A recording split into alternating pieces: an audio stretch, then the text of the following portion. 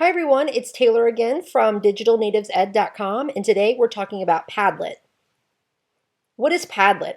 It's basically an updated online bulletin board. It's really great for creation and collaboration with your students. So this is a great tool for you all to participate together.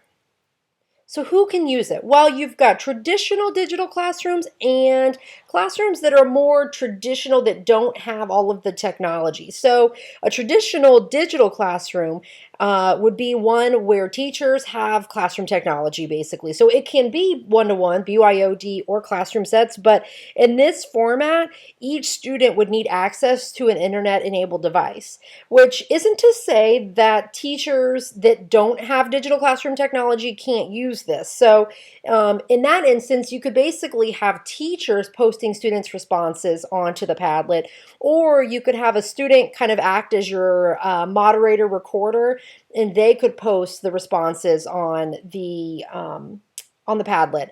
You could also have it set up sort of as a station in your rotations where the students would go to maybe one of your classroom computers and post their responses. So everyone could share the same computer and just through rotations add their responses to the Padlet. So even if you don't earn one-to-one, not every student has a device, you can still use Padlet, but it works really great when you can work in real time and have everyone collaborating together.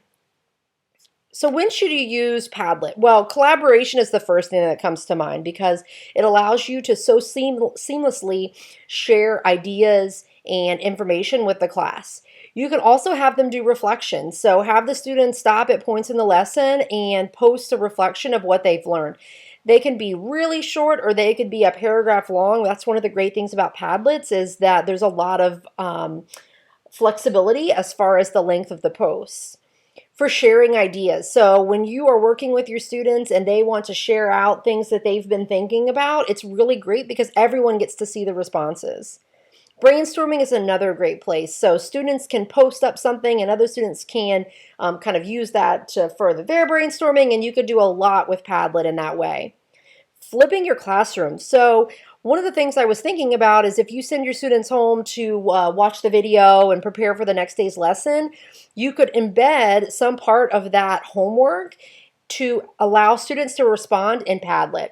So you could be at home at night watching TV, grading papers, and be watching your students respond to questions in Padlet that were based on the reading that they did. Based on the viewing they did that night in the flipped classroom model. So the students could be at home working together and collaborating and sharing ideas and doing all of these things without ever being in the classroom while, and still collaborating and working together. So I really, really love that idea. And lastly, previewing. So you could do some version of a KWL chart where you have students sharing these ideas and previewing content. And one of the things we're going to talk about is all the different types of media that you can embed in your Padlet, which would work really well for previewing. Where can you use it? It's very flexible, so it works in Chrome, Safari, Firefox, IE, Opera, and it works mobile, which is really awesome. So even if you have students in a non-traditional classroom that have like iPads or iPhones or even Android phones, they can still use Padlet. So the one thing to keep in mind, if you do have Apple users who are using Safari, some of the features do not work perfectly. I think it's something that Padlet is working on, but just know that it works really great in Chrome, like Firefox, IE, but you may have a few small little hiccups in Safari. Why do I love Padlet so much? Well, the first thing is privacy settings. So that's something we've all got to be concerned with. We don't want our students' personal information out there for everyone to see. And Padlet has great options as far as having Padlets that are totally public, Padlets that are private, Padlets that are invite only that you have to allow participants and things like that. So just know there's a lot of flexibility in the privacy settings and how public or private you want your Padlet to be. The next thing I really like is moderating posts. So we know students can be a little silly, especially when they're first learning about a new tool and before you've had a chance to establish those norms for the tool. So at that point, you can moderate the posts and see them before they go up and become public and a distraction for your students. You can also set up notifications. So again, when you're at home doing the flipped classroom model, you're grading papers, your students are watching their videos, they could post questions and allow each other to respond, or you could set up notifications to get the information that a question has been posted, and you could go on and answer the question in the Padlet. So the notifications feature is really great. You can also set custom URLs. So when you do want the students to work on the Padlet, it becomes something that's really easy to share with them when you don't have to tell them, www.padlet.com, Q2X5Z, these crazy numbers and letters sometimes you get with these websites. You could just do Miss Plumley's Padlet 1 or something like that as the custom URL. So www.padlet.com / MS Plumley 1, and that would be the address to the Padlet. So that's neat because it's something that's kind of easy to save. You could put them up around your classroom, kind of as a digital kind of gallery walk, and have the students participate in stations where they could respond to different Padlets with these different custom URLs. So lots of neat things you can do with that. And lastly, and one of my favorite, is that you can share, print, and export your wall. So again, I know something kind of we struggle with in digital schools is how do we show students work? Because gone are the days of these bulletin boards with student papers, handwritten and then put up there as exemplars. So how do you share student work and share what you're doing with the rest of the school and your community and your admins? So that's why I really like the ability to export and print. So when you have a really great discussion or a really great brainstorming unit, you can use that as evidence in your classroom of the work that's being done and to kind of show off the great things your students are doing.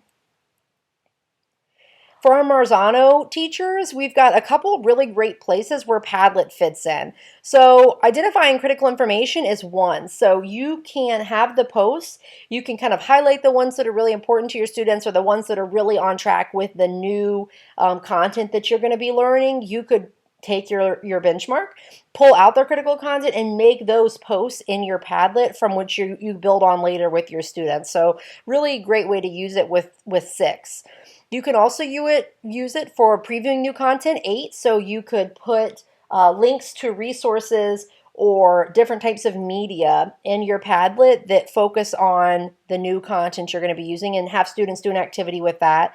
And then, of course, processing, elaborating on new content. So 10, 11, recording and representing knowledge, and reflecting, 12 and 13 are also great places. So almost anywhere in DQ2 are great times to use Padlet. For DQ3, 14 and 20 really stood out to me. So again, reviewing and revising are really great places to have students go onto Padlet. You could even have them do a Padlet in DQ2. And then for revising knowledge, element 20, you could have the students go back and edit their original post to include accurate information based on what they've learned, or expand on the information they posted in their original Padlet. So a lot of stuff that you can do with it in DQ3. And then in DQ4, providing resources and guidance. So you can have students post an idea where you can respond and give them resources and guidance through Padlet to reflect on their learning while they're generating and testing their hypotheses. And then I also thought it would be a neat activity, especially kind of the beginning of the year when you're introducing the technology and creating those norms within the technology, for element 31, providing opportunities for students to talk about themselves. So you could do a really neat thing where you ask a question, how many, family members are there in your family, and tell me something about each one, or something like that. And then you could have the students respond. So not only do you get to learn about the students, but they get to learn about each other and get to talk about themselves, which is always kind of a fun thing for students. All right, so my Padlet bonuses. Firstly, you can include images, links, and video in your Padlet, which I just think is awesome. You could have the students all go out to YouTube and find a video relevant to the content, and they could come back and post the video in the Padlet. So what you'd end up with is this library of videos that all support the content that you taught in class. Another thing you can do is customize the look of your Padlet. they can become so pretty. I really love how they can look. So they have all different types of backgrounds. They have maps and marbled paper and all these different things that just make it something really pretty and pleasant for the eye.